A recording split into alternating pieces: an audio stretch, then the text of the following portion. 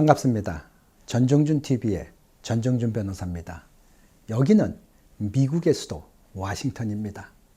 얼마 전에 제가 유튜브를 찍을 때 이 짙은 남색의 그 셔츠를 입었습니다. 근데 몇 분이 댓글로 셔츠가 멋있습니다 라고 해서 제가 용기를 얻었습니다. 보통 밝은 색이나 흰색을 주로 입었었는데 그렇게 또 변화를 줬는데 말씀을 해주셔서 오늘은 제가 이렇게 보라색으로 컬러를 넣어서 또 셔츠를 입었습니다. 거기에 대해서 또 댓글을 해주시면은 다음엔 또 다른 색깔로 또 여러분 앞에 또 나타나겠습니다. 오늘은 최근 이민 뉴스를 함께 나누겠습니다. 특히 학생 비자 변경이 쉬워졌다는 소식을 전해드리고 싶습니다. 그동안 그 트럼프 행정부에서 이민이나 비자 수속이 매우 까다로웠는데 그 중에 하나가 바로 학생 비자 변경 절차였습니다.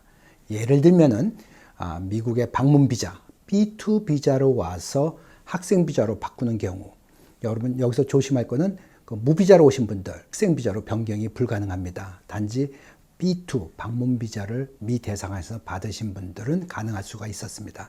그리고 이제 미국에서 다른 비이민 비자로 미국에 체류하던 경우, 예를 들면은 뭐 주재원이라든지 L 비자, 아니면 뭐 기자, I 비자, 혹은 H1B 취업 비자라는 식으로 비자를 갖고 있다가 남편이 한국으로 돌아가고 배우자가 남아서 공부할 경우라든지, 그 다음에 그 신청자가 미국에 남아서 좀 더 공부를 하고 싶을 경우 학생 비자로 변경할 때 바로 이 절차를 하는 것이었습니다. 전에는 학생 비자 신청을 접수를 하면은 승인될 때까지 서류가 계류되어 있으면은 합법적인 신분을 유지한 것으로 간주했습니다.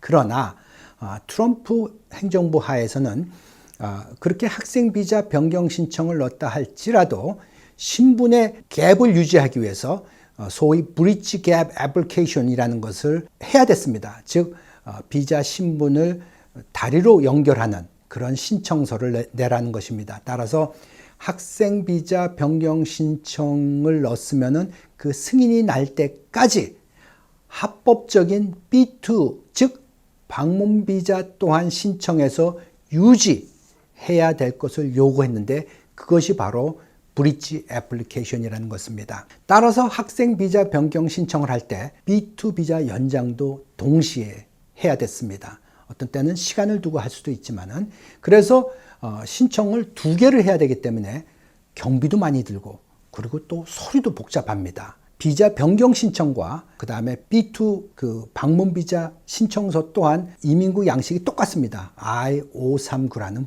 양식인데 그 두 폼이 똑같기 때문에 어떤 때는 이민국에서도 혼선을 일으켜서 실수하기도 합니다. 이것이 학생 비자 변경을 하는 건지, 이것이 방문 비자를 바꾸는 건지, 혹은 연장하는 건지, 이렇게 해서 이민국 실수로 그 방문 비자 연장 신청을 한 게 돌아와서 거절되는 경우도 있었습니다. 그래서 만약에 또 이런 경우도 있었는데 학생 비자 변경 신청을 하고 그 브리지 애플리케이션도 같이 넣었는데 학생 비자 승인이 요새는 많이 늦어졌습니다. 그 코로나 사태로 인해서. 그래서 6개월이 넘도록 승인되지 않는 경우가 있는데 이 방문 비자 연장 신청을 하는 것은 보통 6개월입니다.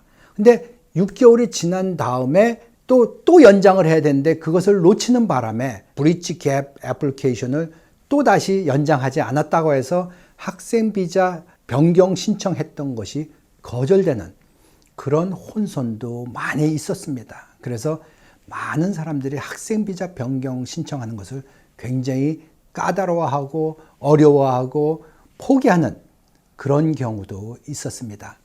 그러나 이제는 이 바이든 행정부가 이 절차를 없앴습니다.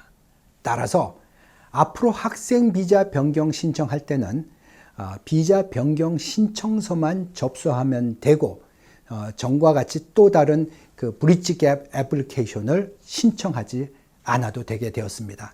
이것은 학생 비자로 변경하는 사람들에게 매우 기쁜 희소식이라고 할 수가 있습니다. 최근 이러한 이민 뉴스는 이민개혁안의 새로운 정책을 빼고는 대부분 많은 경우는 그 트럼프 행정부 이전으로 다시 돌아가는 이민 정책의 리셋이라 할 수 있습니다.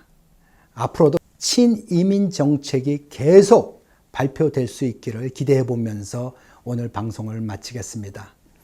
오늘도 마음을 나눠주셔서 대단히 감사합니다. 여러분, 승리하세요.